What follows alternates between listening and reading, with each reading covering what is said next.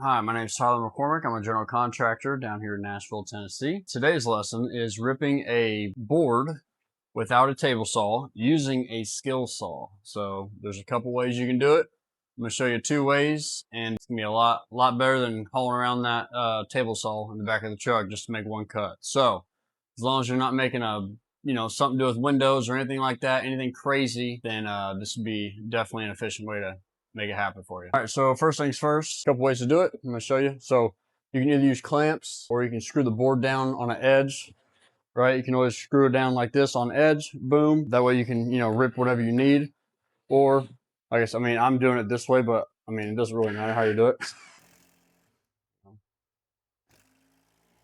So I'm basically just tacking that. That way it doesn't move whenever you go to rip the board, okay? So like I said, you can always clamp it or you can screw it to something. Easy, easy, easy. Now, this is the deal. So if you're gonna rip a board, set your depth on your saw.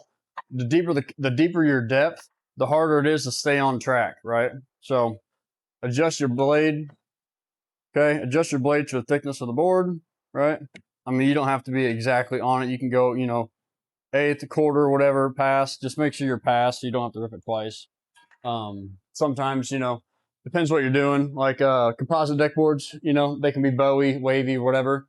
So I make sure I got enough. That way I don't do it because sometimes that board will have a hump in it or whatever. So that's why I like doing it. I'm usually laying a board on top of a table saw and kind of holding it in one hand and making it rip. All right, say you have to say this board needs to end up being, 2 5/8, right? So you go 2 5/8, right? Right there. That's your starter, okay? Now, take your deal here, go on the outside, right? Because this is your 0, okay? A lot of saws are different. So just kind of, if you know your saw, then you know where it needs to be at, right? There's my 0 mark. I need to be basically this edge of this right here needs to be on that line. So basically, I pinch my thumb like this and make a guide going down. Now, depending on what you're doing, throw some tape around your finger or something like that because you might get a splinter. Composite, you ain't gonna get no splinters, but I'll risk it just for you guys because I ain't got no tape, but I got calloused fingers, so it ain't no big deal. So yeah, just like I said, just kind of do that and make sure, just kind of make sure it doesn't stop, kind of like scoring drywall, kind of like that same deal. So like I say, get on there.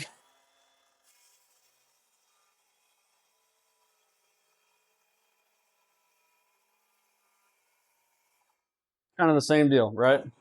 So it's all going to be the same going down. You're not going to be dead nuts on it, but you can see right there, almost spot on.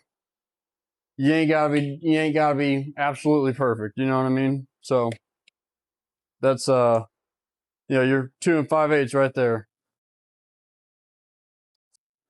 You know what I mean? You're, what is that, a 30-second off, 16th, whatever. Okay, you're good. Okay, you ain't building a piano, so let it ride. So say you got, like I said, say we're gonna go 2-inch rip this time or whatever, right? There's your 2-inch deal.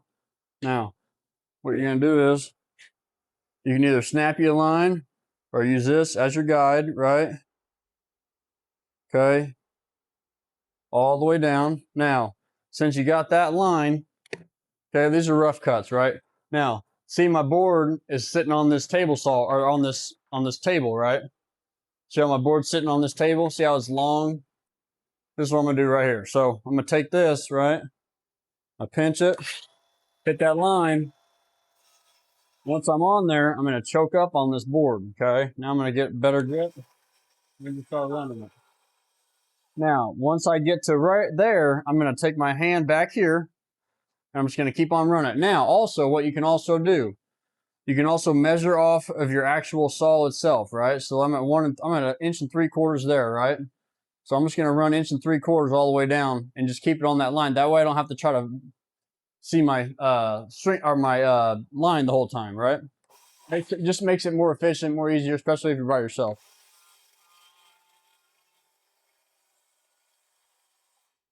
Like I said, once you get here, choke up again. Keep choking up.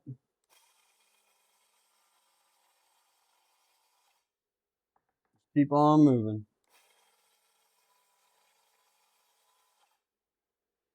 You can even lay it down sometimes if you want to. Go up with it. Don't really matter too much. You can even do that. Get a hand back there.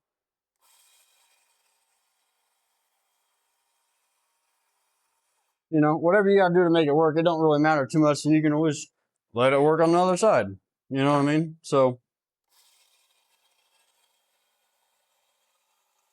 you just do it all the way.